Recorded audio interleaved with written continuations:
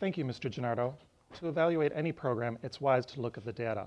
Let's take a look at the AP data that we have for the Morton School District.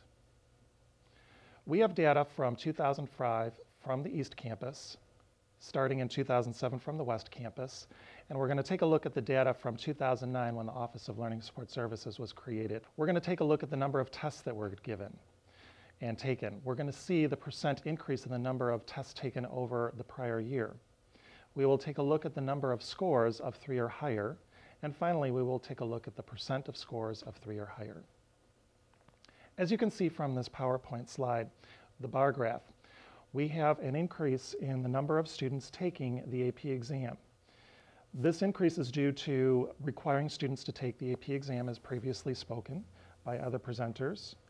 We had required in the course offering book that that be a requirement, that it was included in the syllabus, and that it was announced to students on the first day of class. You'll notice specifically in 2009, we had 885 students take the exam at East, and at West 388. This is quite an increase from 2005 for the East Campus and 2007 when the program was just starting for the AP program. The next slide shows us the percent increase in number of tests taken over the prior year. You will notice that in 2006, we had a floodgate open at the East Campus. That floodgate was the breaking down of barriers in which students were allowed to take the AP exam and the AP courses without a lot of prerequisites. We had 72% of an increase. That is awesome. In the West Campus, we had the floodgates open in 2009.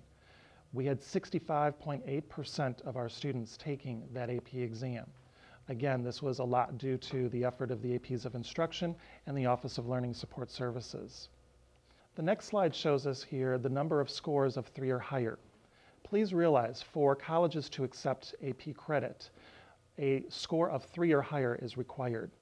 You will notice that the number of students earning a 3 or higher has increased from 2005 to 2011 for the East Campus.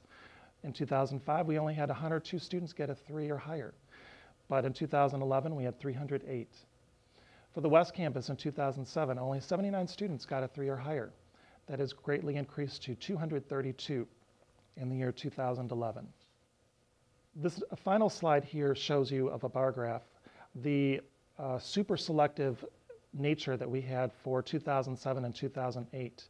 You can see, for example, at the West Campus, 46.7% in 2007 and 2008, 46.2% of the students got a 3 or higher. Please note that that was a very selective enrollment, and since then we have greatly increased the number of students who can take the exam. So although it looks like at the East Campus we had a steady bar graph there, you can notice that we have the number of students getting 3s or higher is greatly increased. We have instructional planning reports that we can take a look at. The overall score distribution can be sorted by the campus and also by the district level. These are available to APs of Instruction and directors in July. There are 2 sections. There's the multiple choice section, which shows by content area, and then there's the free response section.